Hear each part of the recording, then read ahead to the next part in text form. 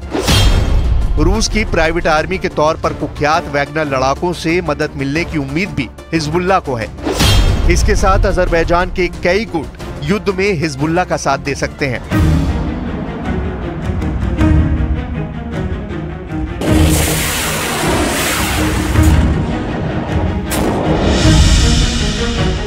यानी Hezbollah Israel को बराबर की टक्कर देने की ताकत जुटा सकता है, मगर नेतन्याहू अकेले तो युद्ध में होंगे नहीं। इजराइल का रखवाला दुनिया का सबसे ताकतवर देश सुपर पावर अमेरिका है। पश्चिम के वो देश इजराइल का साथ देते हैं जिनके पास एटम बम है। इसी वजह से नेतन्याहू ने हिजबुल्लाह के खतरे से निपटने की हुंकार भर दी है। אנחנו מכים בחיזבאללה במהלומות מחץ מפתיעות. לפני 3 שבועות אנחנו חיסלנו את הרמטכ"ל שלו, היום סיכלנו את תוכנית התקיפה שלו. נסראללה בביירות וחמינאי בטהרן צריכים לדעת שזהו צעד נוסף בדרך לשנות את המצב בצפון ולהחזיר את תושבינו בבטחה לבתיהם, ואני חוזר ואומר, זה לא סוף פסוק. नेतन्याहू की धमकी के बाद लेबनान में युद्ध का डरावना माहौल है। लेबनान से विदेशी नागरिकों ने निकलना शुरू कर दिया है। लेबनान में यात्रियों को फ्लाइट कैंसिल होने से बड़ी परेशानी का सामना भी करना पड़ रहा है।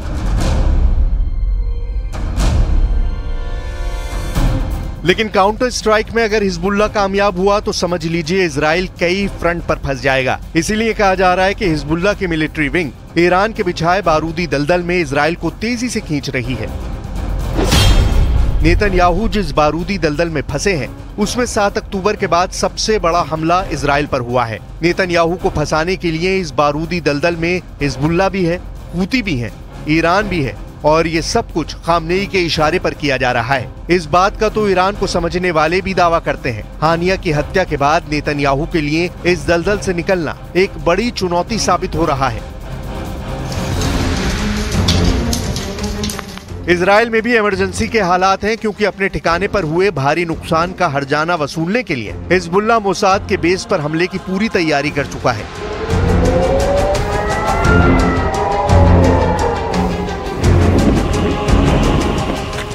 इजराइल डिफेंस फोर्सेस ने भी इस हमले का अनुमान लगा लिया है। हिजबुल्लाह फाइटर इस बार नेतन्याहू को चौंकाने वाला अटैक अंजाम दे सकते हैं।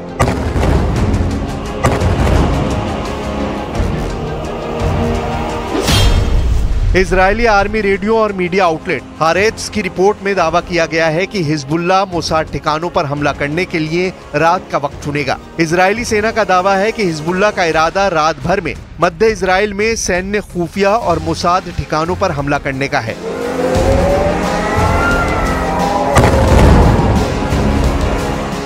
हिजबुल्लाह के हमले से निपटने के लिए इजराइल की पूरी फौज तैयार है। नेतन्याहू के जंगी जेट, डिफेंस सिस्टम, विध्वंसक मिसाइलें रेडी टू फायर हैं। इतिहास गवाह है कि इजराइल दुश्मन को तबाह करने के बाद ही रुकता है। वहीं लेबनान में हिजबुल्लाह लड़ाकों ने इजराइल में घुसकर आर पार के युद्ध का ऐलान कर दिया है।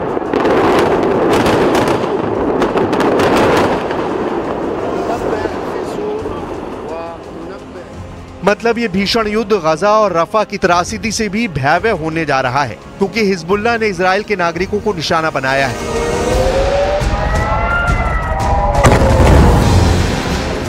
इजराइल अपने किसी भी नागरिक की जान के लिए दुश्मन देश को बर्बाद करने से हिचकता नहीं। नेतन्याहू के अगले एक्शन की भनक लेबनान को लग चुकी है। लेबनान के कार्यवाहक प्राइम मिनिस्टर युद्ध रोकने के लिए मैराथन मीटिंग कर रहे हैं। मिस्र ने भी लेबनान को आर पार की जंग से बचने की नसीहत दी है, लेकिन लगता नहीं कि हिजबुल्लाह लड़ाके किसी की सुनेंगे। अपने कमांडरों की मौत का बदला लेने के लिए बेताब हिजबुल्लाह चीफ हसन नसरल्लाह भी नेतन्याहू को बड़ा झटका देने की तैयारी में है। हालांकि इजराइल की मिलिट्री पावर के सामने हिजबुल्लाह का टिकना मुश्किल है। ईरान की मदद के बगैर हिजबुल्लाह का हश्र हमास जैसा ही होगा। मगर ईरान के supreme leader Ali Khamenei Hezbollah chief Nasrallah को बचाने की हर मुमकिन कोशिश में जुटे हैं। वजह है उनका लेबनान से पुराना रिश्ता। मुमकिन ये भी हो कि नेतन्याहू को 4 फ्रंट पर उलझाकर ईरान हानिया का हिसाब बराबर करे। ये बखेड़ा इस्माइल हानिया की मौत से शुरू हुआ है, जिसे इजराइल ने ईरान में घुसकर मार डाला। हमास के सुप्रीम लीडर की मौत का बदला लेने के लिए ईरान इजराइल को बर्बाद करने की धमकी पहले ही दे चुका है।